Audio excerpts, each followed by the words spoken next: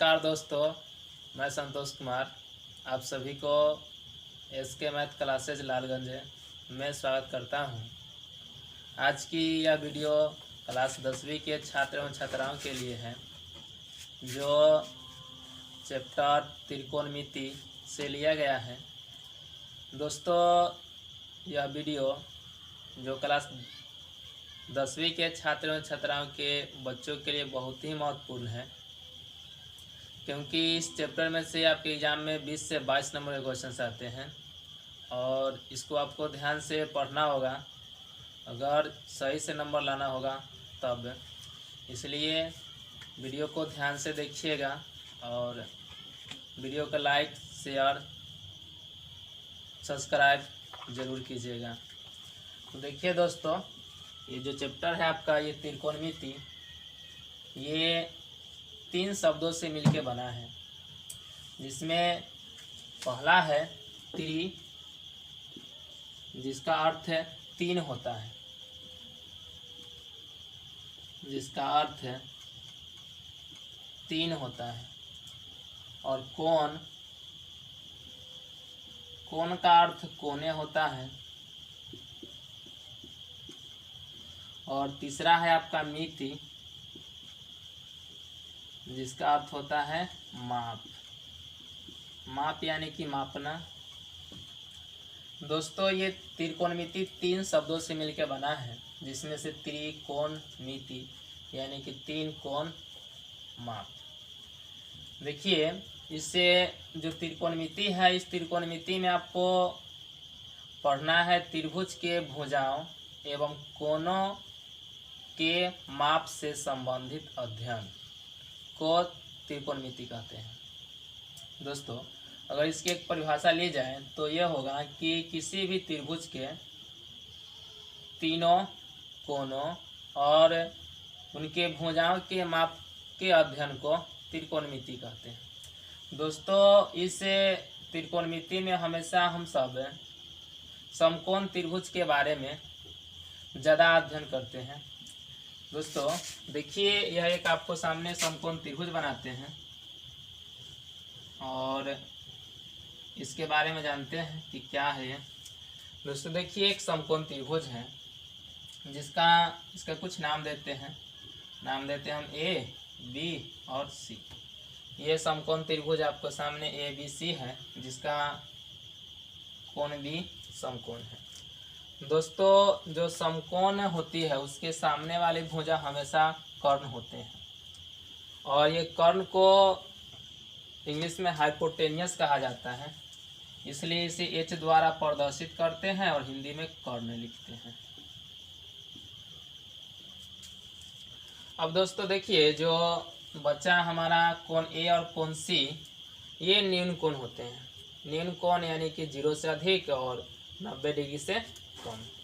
दोस्तों, अगर ये बाकी जो भुजा बचे, ये तो एक ए और सी है, ये तो कर्ण आपका हो ही गया। बचा बी सी और ए बी। ये आपके कोण के अनुसार जो भुजा होते हैं उनका नाम आता है। दोस्तों देखिए, अगर यहाँ हम कोई कोण बनाए, जैसे कोण सी हो गया, इस कोण सी के अनुसार ये जो आपका ए बी है, ये आपका लंब होता है, जिसको परपेंडिकुलर कहते हैं, और इसे पी द्वारा प्रदर्शित किया जाता है। अब नीचे वाला जो बच गया, इसको हम सब आधार कहते हैं और इंग्लिश में कहा जाता है बेस, इसलिए इसे बी द्वारा प्रदर्शित किया जाता है। अब दोस्तों देखिए कि हुआ यह कि जब हम कोण यहाँ बनाए तो लंब हमारा ये बन गया, आधार ये बना, और समकोण त्रिभुज के सामने जो समकोण है कोण, उसके सामने वाले को तो कर्ण ये है, और ये कभी भी कर्ण नहीं बदलता है। बाकी आगे जो होते हैं ये लंब और आधार ये आपस में बदलते हैं। और कैसे बदलेंगे, देखिए इसी को हम अगला चित्र में देखते हैं कैसे बदलेंगे और ये क्यों बदल जाएंगे। ये भी देखिए, आपके सामने एक त्रिभुज हम बना रहे हैं, फिर से दूसरा। ये भी एक समकोण त्रिभुज ही है, इसका नाम अलग देते हैं पी और क्यू और ए आर। देखिए, इसमें भी आपको कोण जो क्यू है ये समकोण है, और जब ये कोण क्यू समकोण है तो इसके सामने वाला जो भुजा है पी और आर ये हमेशा कर्ण ही बनेगा, और कर्ण हमेशा कभी भी नहीं बदलता। इस चीज़ को याद रखें कि कर्ण नहीं बदलता है। अब देखिए दोस्तों कि जब हम यहाँ इस जगह पर बनाए थे कोण, अगर हम इस जगह पर यहाँ कोण बनाते हैं, ठीक है ना, अगर यहाँ कोण बनाते हैं तो आपको बदलेंगे क्या कि जब कोण, इस कोण का कुछ ऐसे नाम हमसे दे देते हैं, जैसे मान लीजिए थीटा ही देते हैं, तो यहाँ अगर थीटा बनता है, जैसे 0 डिग्री से कुछ भी कोण हो सकता है 90 डिग्री तक में, 90 से कम तक में, तो इसलिए इस कोण को अगर हम थीटा नाम मान दें थीटा, तो देखिए थीटा के सामने जो होता है वो हमेशा लंब होता है। इस चीज़ को ध्यान रखें, उस समय भी थीटा था और इसके सामने इधर वाला लंब आया था। ठीक इसी तरह की अब यहाँ थीटा बना तो इसके सामने नीचे वाला बनेगा लंब। ये है आपका समकोण त्रिभुज के कुछ गुण जो कि बदलता है, और इस चैप्टर में आपको इस बात को ध्यान देना है। अगर नहीं ध्यान दीजिएगा तो क्वेश्चंस आगे जो आपके एनसीईआरटी की बुक है उसको समझना कठिन है। ये आपका लंब हो गया, और बचा ये इधर वाला, तो इधर वाला आपका बनेगा आधार। ये हो गया आपका आधार, जिसको बी कहिएगा, और ये वाला को पी कहेंगे, और ये वाला को एच कहेंगे। ठीक है, तो ये आपका जो 3 भुजा था, ये 3 भुजा का कुछ ऐसे आपस में संबंध है, और इसी संबंध के अनुसार हमारा समकोण त्रिभुज और त्रिकोण जो है, ये त्रिकोणमिति जो है इसी पर आधारित है, बेस्ट है, और इसके बिना हम त्रिकोण को नहीं समझ सकते। और दोस्तों ये जो जितने भी आज त्रिकोण के सूत्र होंगे, चाहे त्रिकोण में हमें जितने भी बात पढ़नी है, इन सभी को हम यही भुजा और कोने से संबंधित बात को पढ़ेंगे। सबसे पहला नंबर जानिए कि ये जो त्रिकोणमिति है, ये त्रिकोणमिति के 6 अनुपात या फलनों में बांट के पढ़ते हैं। ठीक है ना, 6 अनुपात या फलनों में बांट के पढ़ते हैं, जिसमें से पहला जो होते हैं वो आपका साइन थीटा है, दूसरा आपका कॉस थीटा है, और तीसरा टेन थीटा है, फिर उसके बाद कॉसेक थीटा है, फिर उसके बाद सेक थीटा है, फिर उसके बाद कॉट थीटा है। ये आपके त्रिभुज जो था, इसी के जो भुजा था, इसी भुजा के अनुपात को, इस चीज़ को प्रदर्शित किया गया कि 6 अनुपात में बांट दिया गया।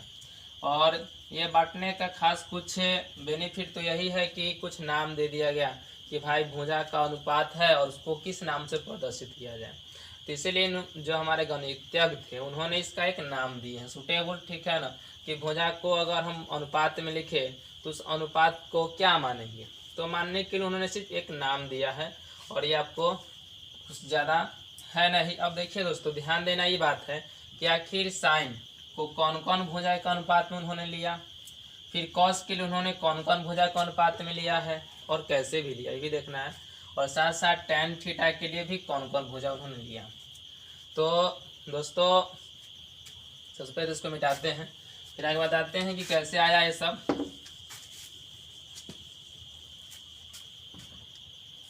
देखिए दोस्तों, अगर हम इसको लिखते हैं कि साइन थीटा में पी और एच, उन्होंने जो हमारे गणितज्ञ थे उन्होंने क्या किया कि पी जो यानी लंब था उसको ऊपर लिखा, और कर्ण था उसको नीचे लिख दिया, एक अनुपात में लिखा। ठीक है, और इसी अनुपात का उन्होंने नाम दिया साइन थीटा। ठीक है, तो आपको ध्यान देना होगा कि साइन थीटा जो आया ये कथी से मिल के आया, तो ये देखा गया कि जो लंब था उसको उन्होंने ऊपर लिखा, और उसके नीचे यानी बटा में जो कर्ण था उसको लिख दिया। ठीक है, और एक अनुपात बना लिया। अब ये अनुपात क्या बना है कि पी और बना एच।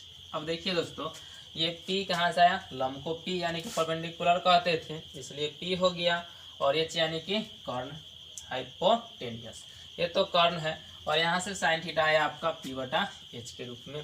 फिर उसी तरह से जो आपका अगला गणितज्ञ हुए उन्होंने क्या किया कि आधार को ऊपर लिखा, और ये नीचे जो एच था यानी कर्ण था इसको नीचे लिख दिए। अब देखिए, आधार अगर ऊपर लिखेंगे और कर्ण अगर नीचे जाएगा तो क्या होगा, फिर कोई ना कोई नया नाम बन के आया, और क्या बन के आया था आपको, आया कॉस थीटा। ये कॉस थीटा आया, और कॉस थीटा को हम सब क्या लिखेंगे, बी बटा में एच। ये हुआ आपका कॉस थीटा। ठीक उसी तरह से आगे जो टेन थीटा बना, तो टेन थीटा के लिए उन्होंने क्या किया, टेन थीटा के लिए उन्होंने लिखे कि देखिए अब इसको P को ऊपर लिख देते हैं और B को नीचे लिख देते हैं। तो इससे उन्होंने एक नाम चूज किया जिसका रखा टेन थीटा, तो उसी को हम लिखते हैं P बटा में B, और यह आया टेन थीटा। बाकी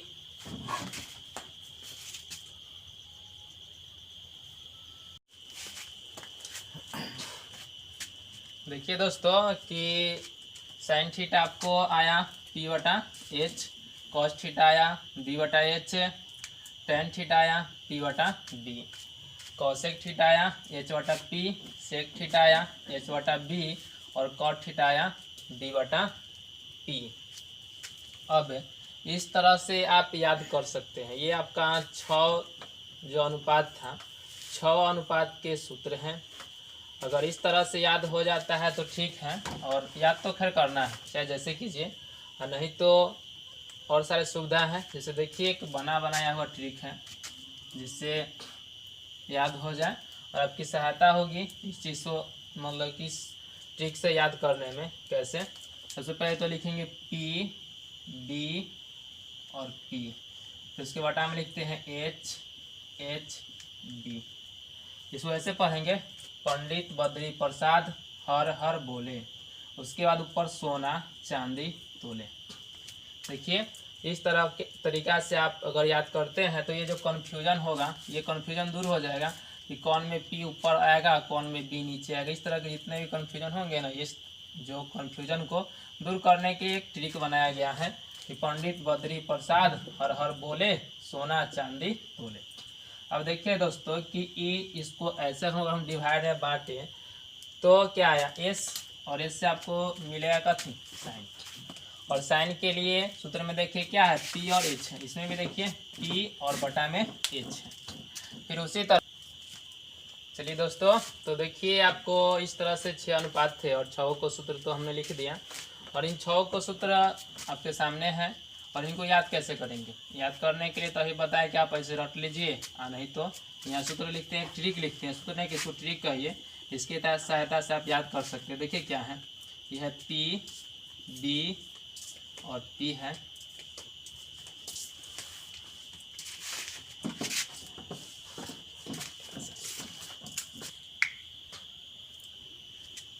तो देखिए आगे क्या था, ट्रिक था। ट्रिक में आपको याद करना यही है कि P B और P, फिर बटा में आना है H H और B। इसको आप ऐसे पढ़िए, पंडित बद्री प्रसाद हर हर बोले, उसके बाद ऊपर में लिखेंगे सोना चांदी तोले। यह था आपका एक ट्रिक है कि पंडित बद्री प्रसाद हर हर बोले, सोना चांदी तोले। अब दोस्तों देखिए इससे हमको फायदा क्या हुआ, फायदा ये हुआ कि S है और S यहाँ साइन में आया, और साइन के लिए सूत्र क्या बना, P बटा में H। यहाँ पे देखिए P बटा H है। फिर उसके बाद अब देखिए ये C यानी कि कॉस, कॉस में C पहले आया, और कॉस का सूत्र क्या बनाया, B बटा H। इसमें भी देखिए B और H आया। फिर उसके बाद अगला है T यानी कि tan, यहाँ भी देखिए T है, यहाँ भी T है tan, और tan के लिए क्या बना, P बाई B, और यहाँ भी देखिए आपको है P बटा में P। तो इस तरह के तरीका से आप इसको याद कर सकते हैं कि पंडित बद्री प्रसाद हर हर बोले, सोना चांदी तोले। अब एक आध 2-3 बार आप अपना कॉपी में लिखिए, उसके बाद याद कर जाइए, याद हो जाएगा, कोई बड़ी बात नहीं है। इस तरीका से आप इसको याद कर सकते हैं। अब दोस्तों देखिए कि अभी तक में जितने भी आपको जो 6 अनुपात के सूत्र था, उन सभी 6 अनुपात के सूत्रों को हमने बताया। आगे के जो ये 3 बच जाते हैं, इनको तो आप मालूम है आपको कि ये सब उल्टा है, अपोजिट है, कि साइन को उल्टा कॉस होता है, कॉसेक होता है, साइन को उल्टा देखिए कॉसेक है, और सेम है कि H ऊपर चल गया है और P नीचे है। ठीक उसी तरह से कॉस को उल्टा सेक है, और सेक में भी देखिए सेम ये अनुपात उल्टा करके लिखे हुए हैं कि B ऊपर गया, बोले सॉरी, H ऊपर गया है और B नीचे आया है। ठीक उसी तरह से tan में भी देखिए इसका उल्टा है इसमें, तो B ऊपर गया है और P नीचे आया है। तो ये 3 मान आप याद कर जाइए, 3 मान उसका उल्टा होता है, ठीक है ना। इस चीज़ को ध्यान में रखेंगे। और देखिए उल्टा होने का भी एक और शायद तरीका है जो आप याद कर सकते हैं। देखिए क्या है कि जैसे ये में देखिए S लास्ट में और शुरू में S है, ये दोनों उल्टा है, कि कॉस के देखिए लास्ट वाला में एस है और सेक के शुरू वाला में एस है। फिर उसी तरह से टी में देखिए टैन में शुरू में टी है और इधर लास्ट में टी आया। और कॉसेक साइन के लिए सबसे बड़ा वाला मान होता है कॉसेक। इस तरीका से भी आप याद कर सकते हैं, ज़्यादा कुछ है नहीं। अब दोस्तों देखिए कि क्वेश्चंस कैसे आता है, इस चीज़ को जाने कि क्वेश्चंस आपके इस चैप्टर का कैसा कैसा है और उसको कैसे बनाएंगे।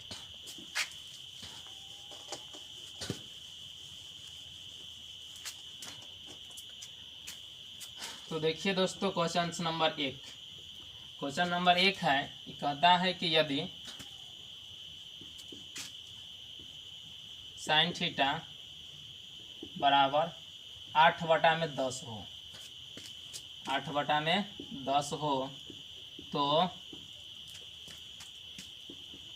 tan थीटा का मान ज्ञात करें या निकालें।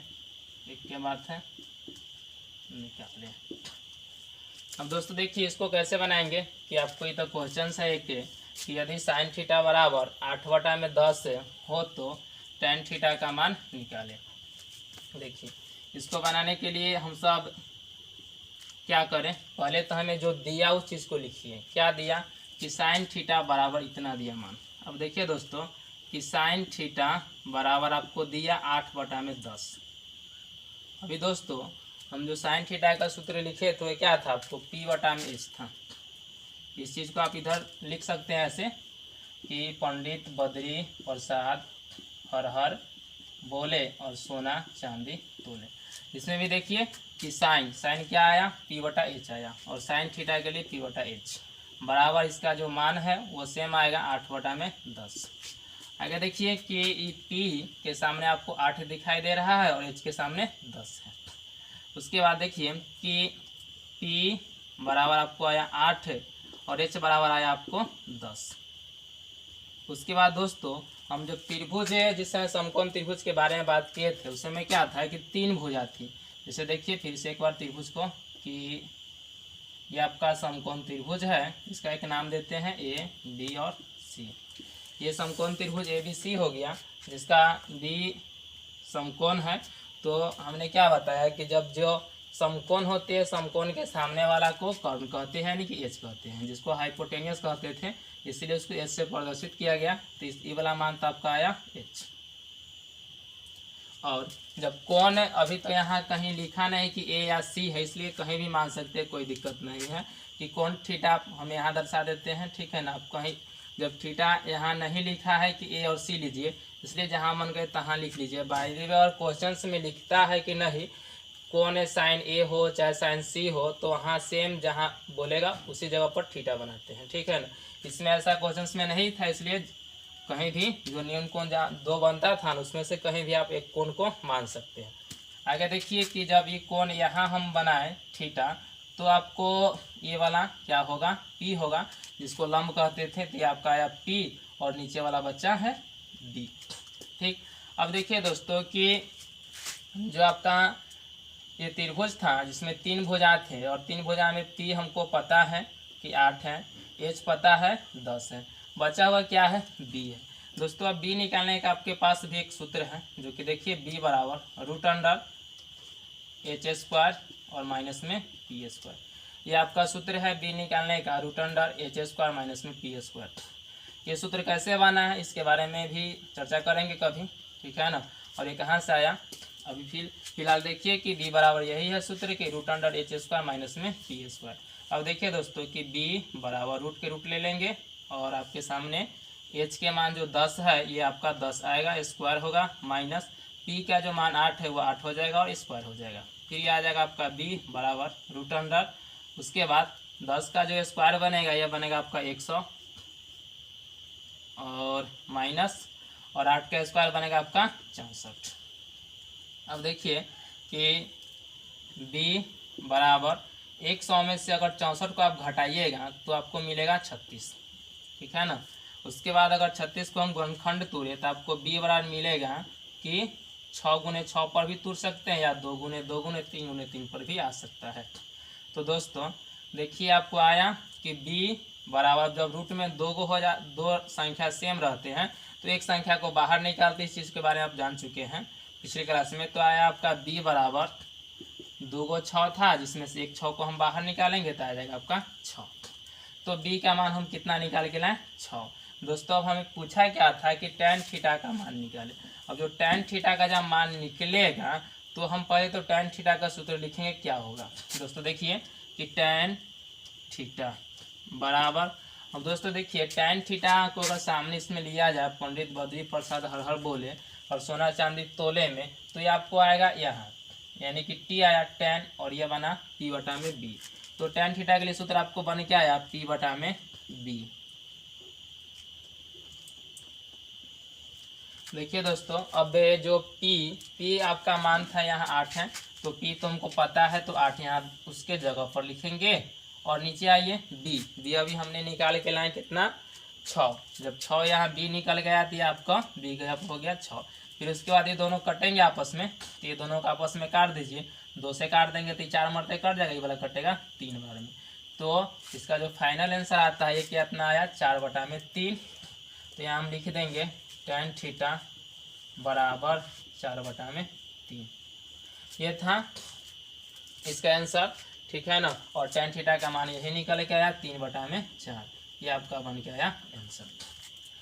दोस्तों इस तरह के क्वेश्चंस हैं आपके बुक का, और बुक तो अभी एनसीईआरटी नहीं चालू किए हैं, अगला वीडियो में एनसीईआरटी बुक आपको लेंगे जो प्रश्नावली 8.1 है। दूसरी क्वेश्चंस को देखिए, क्वेश्चंस और लेते हैं। और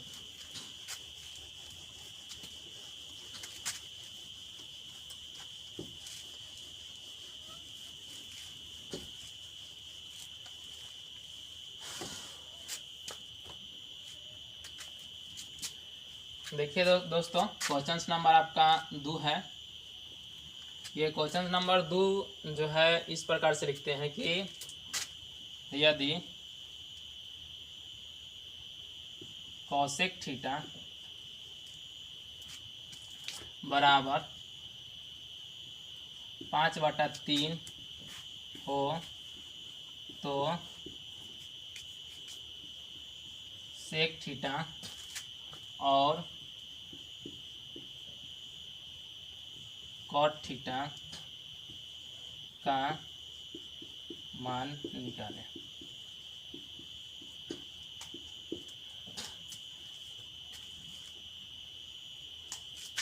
चलिए देखिए दोस्तों, ये क्या है आपको कि यदि कॉसेक थीटा 5/3 हो तो सेक थीटा और कॉट थीटा का मान निकालें। अब इसको सेम उसी तरीका से बनाएंगे, तरीका तो कोई चेंज होगा नहीं, ठीक है ना। अब फिर से हमको याद रखना होगा कि कॉसेक का जो मान होगा वो क्या होगा, ठीक है। अब देखिए कैसे बनाते हैं इस क्वेश्चन को, आप लोग भी देखिए और समझें। देखिए सबसे पहले तो हमें दिया है कि कॉसेक, तो कॉसेक थीटा लिखते हैं। कॉसेक थीटा में कितना दिया, 5 में आपका दिया 3। अब दोस्तों हमसे क्या पढ़े थे कि कॉसेक थीटा जो होता है साइन थीटा का उल्टा होता है। अब साइन थीटा के लिए तो हम बताएं कि ट्रिक से याद कर लीजिए, दोस्तों क्या बताए थे कि पंडित बद्री प्रसाद हर हर बोले और सोना चांदी तोले था, सोना चांदी तोले। अब दोस्तों देखिए कि साइन के उल्टा था आपका कॉसेक, जब साइन के उल्टा कॉसेक था तो साइन के अगर उल्टा हम करें तो क्या आएगा, एच ऊपर जाएगा और टी नीचे आएगा, तो ये आपका सूत्र बनेगा कॉसेक के एच बटा में पी। अब दोस्तों देखिए कि जब एच बटा में पी आया और इधर कितना मान था, 5/3 था आपका। अगर ये 5/3 है तो फिर से हमें क्या नहीं है, बी नहीं है, ठीक है ना दोस्तों। तो बी नहीं है तो हम बी फिर उसी तरीका से निकालेंगे जो अगला बार जो हमने सूत्र बताए थे, उसी तरीका से बी को निकालेंगे। देखिए कैसे निकालते हैं बी को, फिर से लिखते हैं बी बराबर √अंडर h² और माइनस में p²। ये आपका आया बी का सूत्र, जो पिछले क्वेश्चन से हमने लिया सेम उसी तरीका से क्वेश्चन लिए थे कि ताकि आपको समझ में आए, ठीक है ना। आगे देखिए तो ये था आपका बी बराबर एच के सामने कितना मान है, एच के सामने है आपका 5 है, तो एच के जगह पर कितना आएगा, 5 आएगा, इसको स्क्वायर करेंगे माइनस। और पी के सामने देखिए पी के जगह पर कितना है, पी के जो बराबर में मान है 3, तो पी के जगह पर आपको मिलेगा 3, यानी कि यहाँ लिखेंगे 3 के स्क्वायर। उसके बाद देखिए कि बी बराबर आपको आएगा रूट अंडर 5 के अगर स्क्वायर कीजिएगा तो बनेगा 25 माइनस 3 के स्क्वायर करेंगे तो बनेगा 9। उसके बाद दोस्तों देखिए बी बराबर ये आएगा आपको रूट अंडर 25 में से अगर 9 को घटाते हैं तो 25 में से 9 घटाएंगे तो आपको मिलेगा 16। बी बराबर आपको आया रूट अंडर अगर 16 के गुणनखंड तोड़ेंगे तो फिर से आएगा 4 गुने 4 और दोस्तों बी बराबर हमें मिलेगा 2 रूट में 4 आ गया तो 1 4 निकल जाएगा तो बी के मान हमें मिला 4। फिर उसके बाद दोस्तों पूछा हमें क्या, तो पूछा सेक थीटा और कॉट थीटा, सॉरी यहाँ थीटा छूट गया था, थीटा लिख लेंगे। तो पूछा क्या सेक थीटा और कॉट थीटा। अब देखिए सेक थीटा और कॉट थीटा तो निकालेंगे, इसके लिए क्या करें, पहले तो लिखेंगे सेक थीटा। अब दोस्तों देख सेक थीटा और सेक थीटा किसके उल्टा होता है, तो कॉस थीटा का उल्टा होता था सेक थीटा। इस चीज़ को बतावे कि थे पीछे कि जो कॉस को उल्टा बनेगा सेक। अब देखिए दोस्तों अगर हम कॉस को उल्टा करें तो एच ऊपर जाएगा और बी नीचे आ जाएगा, तो यहाँ में क्या मिलेगा एच बटा में बी। ये आया आपका सेक थीटा। उसके बाद अगर देखिए दोस्तों कि जब एच तो हमें पता है कितना है, एच 5 है और बी कितना है, तो बी अभी हम निकाल के लाए हैं 4, तो आया आपका 4। अब दोस्तों देखिए तो कटने वाला है नहीं, इसलिए यही आंसर आ जाएगा 5/4। ठीक उसी तरह से आगे आपको दिया है थीटा, पूछा क्या कॉट थीटा। तो दोस्तों देखिए आया आपका कॉट थीटा बराबर, कॉट थीटा किसके उल्टा होता था, टैन के उल्टा होगा, और टैन यानी कि यहाँ P/B है, तो अगर इसको उल्टा करेंगे तो क्या लिखेंगे, बी ऊपर लिखेंगे और पी आपका नीचे आएगा। अब दोस्तों देखिए जब बी ऊपर गया तो बी के मान आया था हमें 4, यहाँ देखिए, और यहाँ भी लिखे हैं बी के जगह पर 4, तो आपको आया बी के जगह पर 4 और पी के मान कितना था, तो पी के सामने देखिए दोस्तों 3 है, यानी कि पी के मान था आपका 3, तो यहाँ भी लिखेंगे 3। ये है इसका आंसर, ठीक है ना। सेक थीटा का ये आया 5/4 और कॉट थीटा का आया 4/3। इस तरीक़ा से दोस्तों इस क्वेश्चन को इस तरह के क्वेश्चन को इस प्रकार से बनाते हैं, ठीक है।